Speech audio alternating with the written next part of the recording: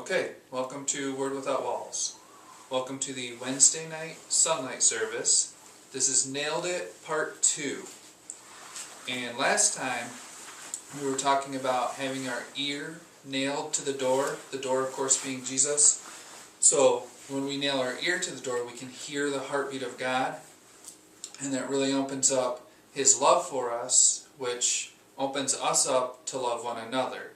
Because, as always, that's what it's all about. That's why we're here. That's why we were created. We were created to be loved and to love one another with that same love. To love God by loving each other.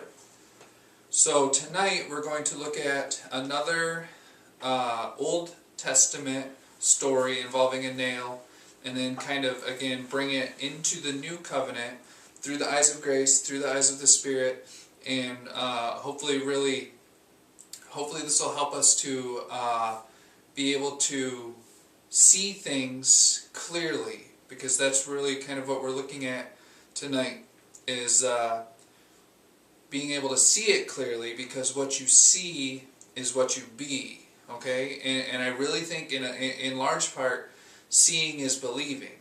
And I really think that God will show Himself to us, but we have to see it. We have to be open to it. So we'll start in the Old Testament with Judges chapter 5, and then we'll bring it forward into the New Testament. Judges chapter 5, starting with verse 24. In the King James Version it reads like this: "Blessed above women shall Jael, the wife of Heber the Kenite, be. Blessed shall she be above women in the tent."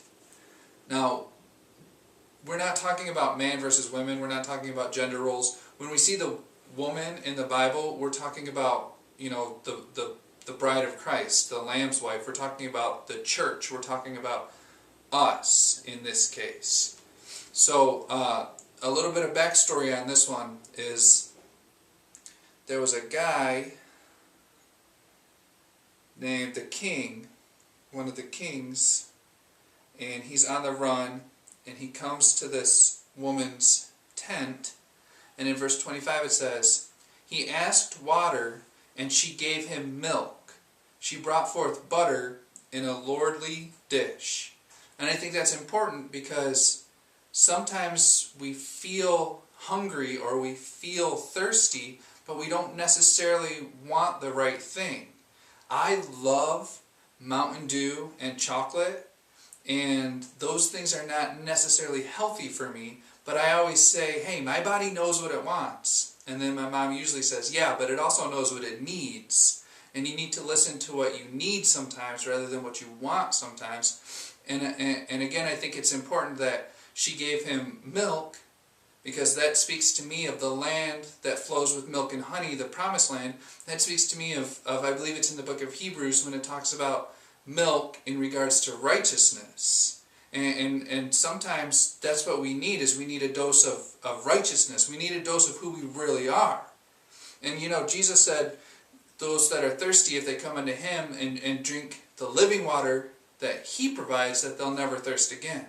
So it's talking a little bit about satisfying that appetite, which is what grace does. Remember, when I preached on grace, I think it was last year, when I thought I was going to preach about how grace changes your appetite, when in fact grace doesn't change your appetite at all. What grace does is it satisfies your appetite. Because at the end of the day, our appetite is love. And the problem is that unless we go to the source, unless we go to the God who is love, the problem is that we'll be looking for love in all the wrong places. Okay? And that's when things get twisted. That's when things get messed up. That's when we find ourselves trying to get things that we don't need, even though we're in search of the things that we do need. So to me, when he came, even as a fugitive, he came looking for refuge. He came looking for water. And she gave him milk. She gave him what he needed rather than what he wanted, even though what we're going to see in a minute is, in a way, he got what he really needed. Because in verse 26 it says, "She put her hand to the nail, and her right hand to the workman's hammer. And with the hammer she smote Sisera. She smote off his head when she had pierced and stricken through his temples. So that's the picture that I really want to look at today, is the nail into our head, or into our mind, as it were. And again, this to me is kind of a parallel a little bit to when Jesus was nailed to the cross. His hands were nailed to the cross. Okay, he wasn't afraid to get his hands dirty in order to save us from the bondage that we were in. He was willing to do what it took to get us out of where we were and get us to where he is. Okay, but again, remember I said this sermon tonight, it's about seeing what happened. Because unless you see the finished work, you'll always try to finish the work. Unless you know that you are loved, you will always look for love in all the wrong places. You'll try to get something because you don't know that you have something. And if you already have something and you're out there looking for it, what you're really doing is you're robbing yourself from experiencing what you've been given. You're robbing yourself from experiencing the gift that you already have. Because you don't know that you have it, so you're out there trying to get it. So what we need to do is we need to get that nail, as it were, into our head. Or again, into our heart. Because we think with our heart. As a man thinketh in his heart, so is he. So what we're talking about is the heart of God, the mind of Christ. And again, if we link this with last week's, we have our ear nailed to the door. We can hear the heartbeat of God. And now the nail goes, again, straight through our head, as it were. And that to me is just a progression. It's like in the Song of Solomon, where first the beloved has dove's eyes, which, the dove represents the Holy Spirit. So you see with the Spirit. And then as you go later on in the Song of Solomon, she's not just dove's eyes, but she is transformed into a dove. Because again, what you see is what you be. If you see it with dove's eyes, then you see yourself as the dove. Okay? If you see yourself as loved, then you can stop looking for love, because then you know that you have love. Then you know that you are love. And if you have it, you can give it, because you can't give what you don't have. And you can only give what you do have.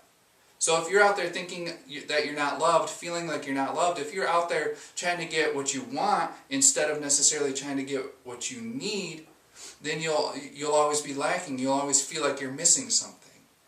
When in fact everything has been provided for us. Even when he was a fugitive, even when he came to this woman's tent, or again to the church. See, I think that's a big problem people have with church sometimes, is the church doesn't always give you what you want. But if it's got Jesus, then it can give you what you need. And I think there's a very, very, very big difference there. So hopefully to try to kind of really show what I'm trying to show tonight, let's look at Mark chapter 15. And again, this is Jesus nailed to the cross, giving his life for us and giving his life to us. Okay? Mark chapter 15, and I want to read verses 37 through 39. In the King James it reads like this. And Jesus cried with a loud voice and gave up the ghost. I think it's very important, and I don't really want to get into it too much tonight. I think it's very important that it lets us know that Jesus gave up the ghost. Okay? Because Jesus said in another place, no man takes my life, but I give it so that I can take it up again. Okay? This was not people murdering Jesus. Okay, in a sense it was, because that's what they were trying to do. But how can you kill life? Right? You can't. He gave up the ghost. He made the sacrifice that was necessary. He laid his own life down. Jesus said in another place, he said, greater love can no man have than to lay his life down for his friends. And then he went to the cross and he did that. He laid his life down. He gave it up. He surrendered. Okay, we always want to fight, and we always want to struggle, and we always want to overcome. But Jesus won the war to end all wars on the cross by surrendering, by giving up the ghost, by saying, I'm not going to fight, by turning the other cheek, by showing a more excellent way, and saying, you have heard an eye for an eye, but I tell you, right? He always had something completely different than what the natural mind had, because he had the mind of Christ. Right? Which we now have. Which we need to let the mind of Christ that's already in us be in us. And we do that, again, by the nail, by what we see. What we see is what we be. So it says, and Jesus cried with a loud voice and gave up the ghost. And the veil of the temple was rent in twain from the top to the bottom. And when the centurion, which stood over against him, saw that he so cried out and gave up the ghost, he said, truly, this man was the Son of God. So this Roman soldier who was crucifying Jesus, who was on guard, making sure that the job got done. Remember, they thought they were murdering him, even though really, he said, no man takes my life. Okay, this Roman guard saw what happened. He saw Jesus give up the ghost. He heard what he said. And then the light turned on, right? It's like Saul when he was riding on a donkey and he got blinded by the light and he got knocked off his high horse, so to speak, and he became Paul. He had an experience that totally changed his outlook. And again, Saul was literally blinded until Ananias, until grace came onto the scene and opened his eyes back up. Okay? So sometimes it takes that moment of seeing something and then you're like, whoa! Then you see everything differently. He saw that he so cried out and gave up the ghost, and then he said, truly this man was the Son of God. Revelation came when the nail was pierced through his head, if I can say it that way. When he saw the man who was nailed to the cross give up his life for people that hated him. Right? I believe it's in Romans where it talks about, some would die for a good man, but Jesus, he died for the world, right? God so loved the world, he gave his only begotten Son. Jesus died for the people that didn't want anything to do with him, right? We weren't exactly knocking on God's door saying, please save us. In fact, when Jesus came, he was resoundingly rejected by all of the religious people. The only people in the Bible that Jesus ever had a problem with were the religious people, right? Because they didn't want to change. They didn't want to go from an old to a new. And that's what his death is all about. That's what, again, when we saw in Judges, the nail through the head killed the man, or in our sense, the old man. So that's what we need to understand, is there's a shift, there's a change that comes from the nails on the cross, that come from the death on the cross. Romans chapter 6 verse 6 says, knowing this, that our old man is crucified with him, that the body of sin might be destroyed, that henceforth we should not serve sin. I think it's interesting that the body of sin was destroyed 2,000 years ago, but a majority of the church world still struggles with it day and night. I think it's interesting that John writes in his epistles that he that is born of God cannot sin because the seed remains in him. Okay? And really, if you understand sin to be unbelief, if you're a believer, by definition you can't sin. Right? A believer can't unbelieve. And again, I'm not talking about doubts, I'm not talking about questions. I think questions are very, very important, especially when it comes to theology. I think that if you come to a place where you think you have God completely figured out, I think you might be in a little bit of trouble. Alright? Because I think it's in the book of Job, in one of the different translations, it says, all we know of him is just the outer fringes of his glory. Okay? It's like we know God is love, right? But then learning what love is, that takes an everlasting life to figure out. And that's what this journey we're on is. It's a never-ending, everlasting, lifelong journey into the heart of the matter. And the heart of the matter is the heart of God beating in our chest. That's why we're here, to learn what it means to be loved and to love each other with that love. That's what Jesus said the new commandment was all about. And who needs a new commandment? Not an old man, a new man. Okay, the old man was crucified with Christ, right? When those nails hung him on the cross, and again, in a sense, killed him, they killed us. When Jesus died, we died. Because when he was lifted up on the cross, he drew us all into himself. Right? And from that point on, we were drawn out of Adam and into Christ. From that point on, what happened to Jesus happened to us. So when he died, we died. And when he rose again, we rose again to walk in newness of life. But if you're still struggling with that old man, if you're still wrestling with that old man, if you're still trying to fluff and buff and polish that old man or be a better version of yourself, God doesn't want you to be a better version of yourself. He just wants you to be yourself. He just wants you to know who you really are so you can be who you really are. Because he created you specifically to be you. So if you're spending all your time and talent and treasure, if you're spending everything you have and everything you are to be somebody you're not, then you're robbing the rest of the world of who you were made to be. And that's not what God wants. God made you you for a reason. He made you you specifically because he wants you to touch the people that only you can touch. He wants you to love the people that only you can love. But again, if you don't see yourself as that new creation, if you still see yourself as a sinner, if you still see yourself as, somebody who every time I mess up, God's out to get me, then you're going to run from God and you're not going to run to God. And if you're running from God, you're not going to find love because you're running from the source of it. Right? So, what we see here is you have to see it in order to be it. And it's when Jesus died that the revelation came. It's when Saul was knocked off his donkey and blinded by the light that revelation came. And then Saul, his transformation was so complete that he even had a new name. He became Paul, and he wrote most of the New Testament. Okay? So again, it's not wrestling with the old man, it's just letting go of this old man. I think it's again in Hebrews where it talks about laying aside the sin that so easily besets us. Henceforth, we should not serve sin because the body of sin has been destroyed, because our old man is crucified with him. So we're free from that. We don't have to deal with that. We don't have to worry about that. We don't have to mess with that. Okay? When Jesus died and rose again, he nailed it. Right? He finished the work. He took care of everything that needed to be taken care of.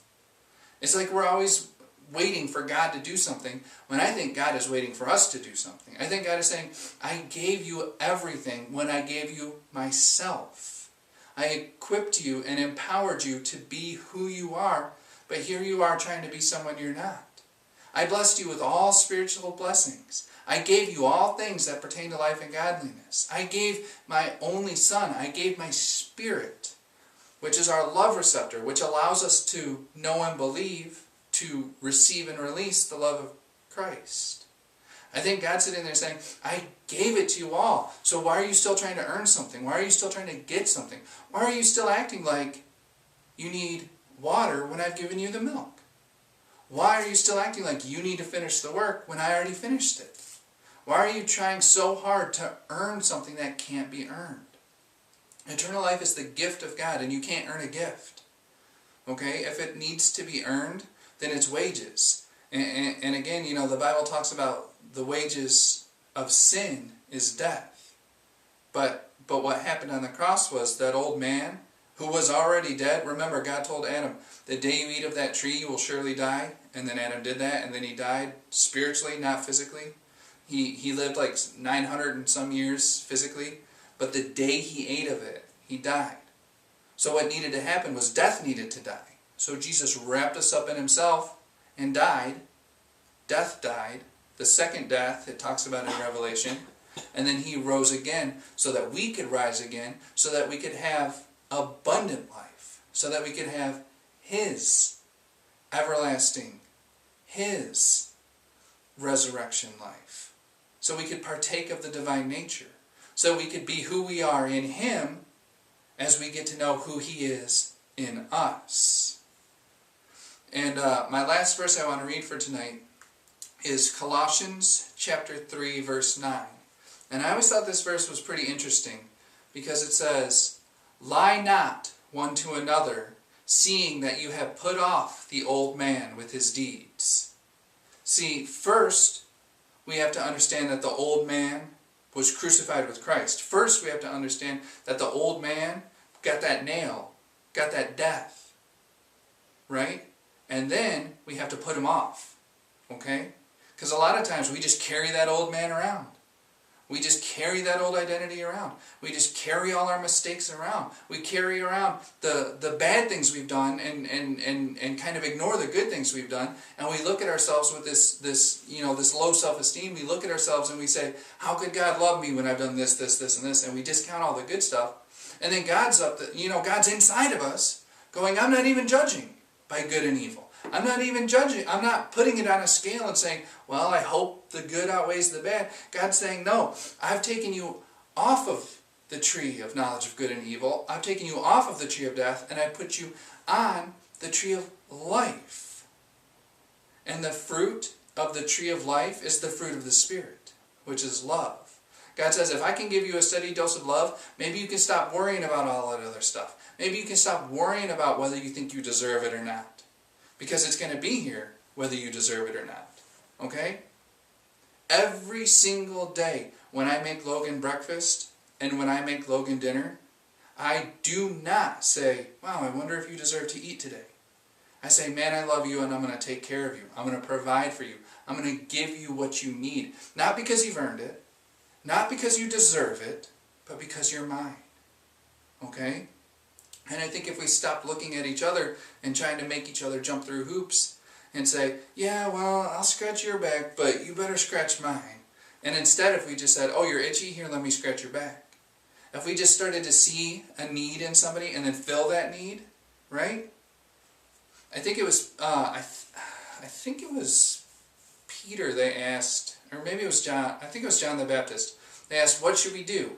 And he said, if you have 2 coats and somebody doesn't have one, give them one of yours.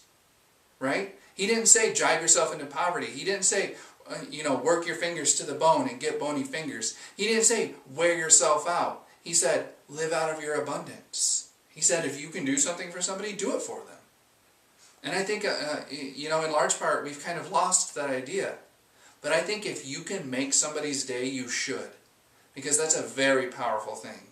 All right, you may not change the whole world by helping one person, but you will change their whole world. And that's a big deal. Because you don't know what they might then go on and do. It's like the idea of pay it forward. You touch someone, and then they touch someone else, and then on and on and on it goes like a snowball. Like a Holy Ghost wildfire that just grows and grows and grows. Right? But it says, lie not one to another, seeing that you have put off the old man with his deeds. And for a while there, I always wondered, I was like, why would he stress that? If we're putting off the old man and his deeds, why is number 1 on the list, don't lie to each other? And then, God hit me with it. If sin is unbelief, then the truth is love. So he's saying, don't lie to each other. Don't act like you don't love each other. Don't hold back what you have instead of giving away what you have. Lie not to one another. Tell the truth to one another. In another place, it says tell the truth in love, which I always thought was kind of with this understanding is kind of a silly expression because it's like saying tell love in love, which, some people take love a different way, and you have to be sensitive about how you present things to people, right? You can have the right message, but if you don't have the right presentation, people aren't going to hear what you're saying. If you're trying to shove Jesus down somebody's throat, all they're going to do is choke on it. But if you show them Jesus by loving them the way that he loves you, that message gets across. All right? I think people are so desperate for something real that when you show them the way, the truth, and the life, that's what people are hungry for, man. That's what's going to satisfy people's appetite. So don't lie to one another. Right? Don't act like you don't have love in your heart now that you've put off the old man with his deeds. All that old man stuff, all that stuff that we carry around and drag around, that big ball and chain of all the mistakes we've made, where we think we're not worthy of love, where we think, well, nobody could love me after this, this, and this, that's surface stuff. And after that surface stuff gets washed away, then what's deep inside can come out.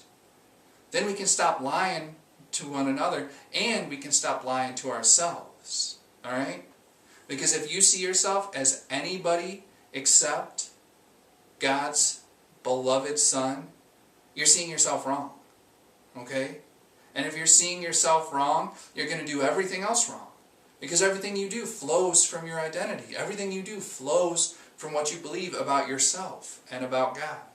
Everything you do flows from whatever relationship you have with God. If you think you're a dirty, rotten sinner and He's mad at you, everything that you do is going to be running from Him, trying to avoid trouble, trying to stay in His good graces through your works and effort. But guys, works don't work. You can't earn this thing. So if you see Him as your Heavenly Father and you see yourself as His beloved Son in whom He is well pleased, then you'll run to Him with any problems you have. Then you'll run to Him, right? Then you'll boldly approach the throne of grace to find grace to help in time of need. Where else could you find grace but at the throne of grace, right? Noah found grace in the eyes of the Lord because that's where it's at. When you look God face to face, you find grace. When you look God face to face, you look at Jesus. When you look at Jesus, you see yourself, right? Looking in the mirror with an unveiled face, seeing the glory of God and being changed into that same image from glory to glory. We start at glory. We just don't think we start at glory. We just don't have that nail, if I can say it like this, pounded through our head yet. You know, some of us, I'm one of the most stubborn people that I know, and sometimes you really have to pound something in there before it really gets in there, before I really take it to heart. And that's what this nail is all about. That's what Jesus being nailed to the cross is all about. Remember, He got His hands dirty. He conquered so that we could be more than conquerors. He fought the battle so that the only fight left is the good fight of faith, believing that He fought the battle. Because if you believe He fought and won the battle, then you don't have to fight it. You know, you can just sit down in a posture of rest and you can cross your arms and you can say, I'm not real concerned with what this looks like because I know what this really is. Okay? The world is shouting at us all of the time, but deep inside there's a still small voice. And it only says one thing. It only says the first thing God has ever recorded as saying, which is, let there be light. Right? When the light shines, who's the light? Jesus. Okay? When the light shines, Jesus enters the scene. Love enters the scene. Jesus is the Word of God. Every time God speaks, He says Jesus. He says love. He says let there be light.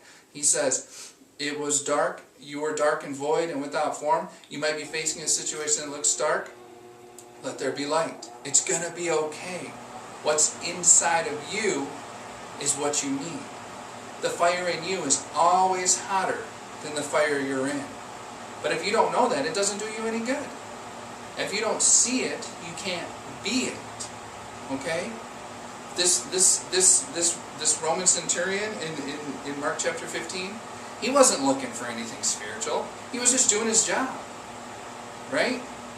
But when he saw it like a light, something flipped, something switched. He was transformed by the renewing of his mind.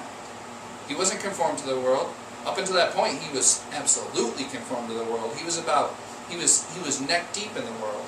He was about as worldly as you could get. And then something happened. He saw something.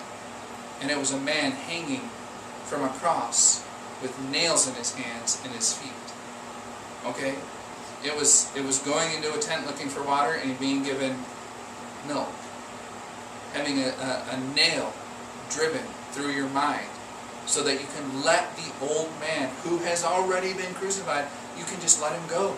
You can put him off, if I can say it that way. You can stop struggling with him. Stop carrying him around. Stop letting him define you. That old man does not define you. Jesus defines you. He is your true identity. Okay? That's who you really are. And when you know who you really are, you'll stop trying to be somebody else. When you know who you really are, you'll be who you really are. And that's what God wants for you more than anything else. God wanted the best for you, so He gave the best to you. He gave Jesus to you. He gave Himself to you. He gave His Spirit to you. The Spirit of truth, by the way, that leads and guides us into all truth. If the Spirit of truth lives inside of you, I don't think you're going to be lying to anybody. You've put off the old man with his deeds. There's no more unbelief when you're a believer. Right? A believer can't sin because sin is unbelief. How can you sin when you believe? You can't. So what we need to understand is we don't have to struggle. We don't have to fight. It's not me against me. Right? A lot of the times I think our worst enemy is right between our ears. But it doesn't have to be that way when you get that nail through your head, if I can say it that way. When you let the truth fill you up to overflowing and come out of you naturally. The truth is too big to hold in. The truth is too big to hide. Love is too big to hold in. Right? And it's so good that we can't hold it. We wouldn't hold it in even if we could, because it's so good that we want to share it. We're not lying to each other anymore. We're not serving sin anymore. We're not trying to get something anymore, because now we know we have something. Now we've seen it. Right? When God sent Jesus up to Calvary, up to Golgotha, up to the hill where the cross was planted, when Jesus hung on that cross, He nailed it. He did exactly what we needed to get us out of the bondage of sin and death and into the promised land. The land that flows with milk and honey, righteousness and revelation. But again, in order to be it, you have to see it. The truth will set you free, but not if you don't know it. You'll still be free, you'll just act like you're not, because you don't know that you've been set free. Right? So what you see is what you be. What you see and what you hear. Having your ear nailed to the door. Having that nail pound through your head to knock that old mindset out of there, to knock that old man out of there. He's already been crucified. Put him off. Let him go. Bury him in that watery grave of baptism. Arise up and walk in newness of life. Arise, shine, for your light has come. Arise and sin not. Because sin has been dealt with. Sin has been taken care of. That's not our struggle. Or it shouldn't be. It doesn't have to be. Right? We're not here to fight and conquer sin. We're here to love and be loved. That's who we are. That's who our Father is. And one more time, when we see it, we will be it. So that's what I have for this week. Thank you, as always, for all of your support with the rants, with the books, with the videos. You know it's my heart to just get this word out here. So I really appreciate you guys. I thank you, I love you, and there's nothing you can do about it.